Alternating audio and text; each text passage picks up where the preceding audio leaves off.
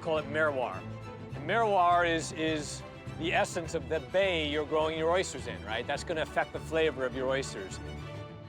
There's ocean water, of course, coming in, but it's also interaction with the land around it, right? Because we're in these bays inshore. So depending on what kind of runoff you have off of the land, is it a fir forest? Is it a hunk of granite? Is it this kind of rock or that? It all affects the mineral mix in that seawater. So all the nooks and crannies and the shells and stuff are habitat themselves. And we'll see that when we go out here. So all that makes for a healthier bay if you have, you know, enough filter feeders and in there. So okay, let's go a little bit more here.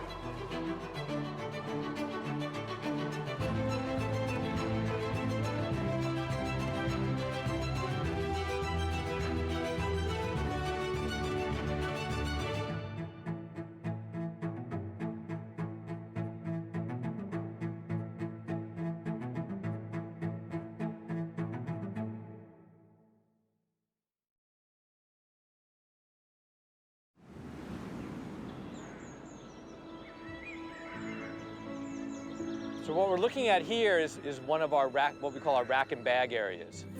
So the rack and bag method of growing oysters was started in France. Some people say post-World War II up in Brittany. We adopted that method. It's a way of growing single seed oysters. So the two different ways of growing oysters that's been happening for a long time is either in clusters, which is how they would naturally grow in an oyster reef, where they're all joined together, and as they grow up, maybe some of them break off as singles, or you grow them as single seed. And we do the single seed method, and that's really what kind of changed West Coast oyster culture, and we were one of the first ones to be doing that on a scale.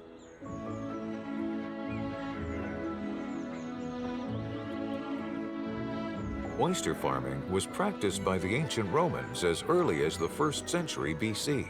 It is an aquaculture practice in which oysters are bred and raised primarily for their inner organ tissue.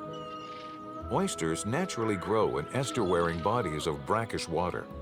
With the right temperature and salinity of the water which is controlled, it helps to induce spawning and fertilization.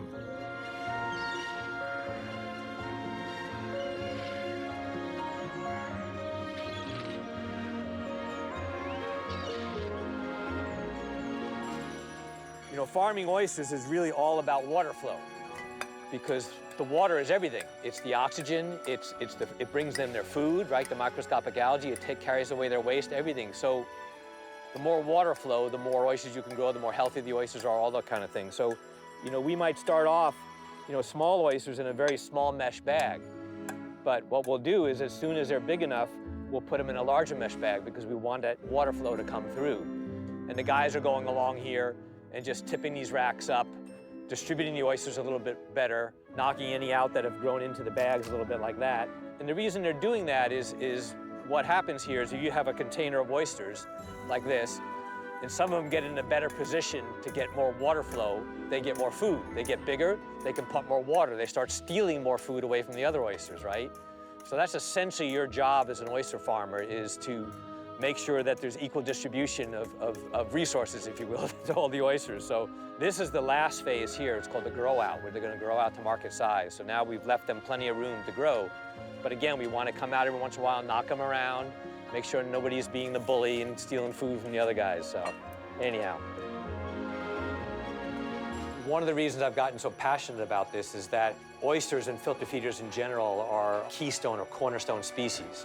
So in a healthy bay, when it's very productive and you've got a lot of nutrients coming into the bay and you've got a lot of algae blooms, you need filter feeders to keep that in balance. They clarify the water, they allow more sunlight penetration so seagrasses can grow. They provide habitat for creatures. They're just a great part of a healthy estuary. So to be growing something that helps a bay become or stay healthy is a great, wonderful thing.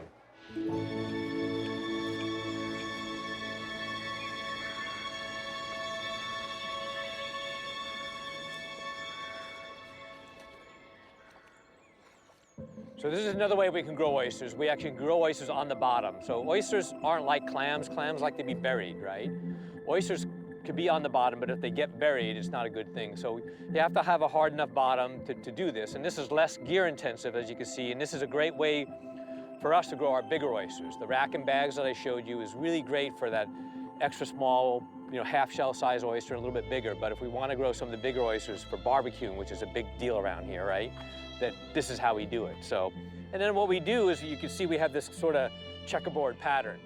So what we'll do is we'll come and we'll flip bags over once a month. We'll just walk down these rows with a hook and flip them over. And again, that's the way to rock them around a little bit, make sure they don't get too buried, give everybody equal access to water. And then when we go to harvest them, we get a high tide, we'll put a buoy on, and the boat with the crane can just pull up this whole line.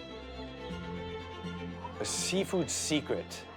I don't know if it's a secret, because people can get confused with all these different oyster brands out there and liking an oyster, not liking an oyster. If you like an oyster somewhere, just remember two things about it. Remember what variety it was and where did it come from. So this is a tipping bag system here.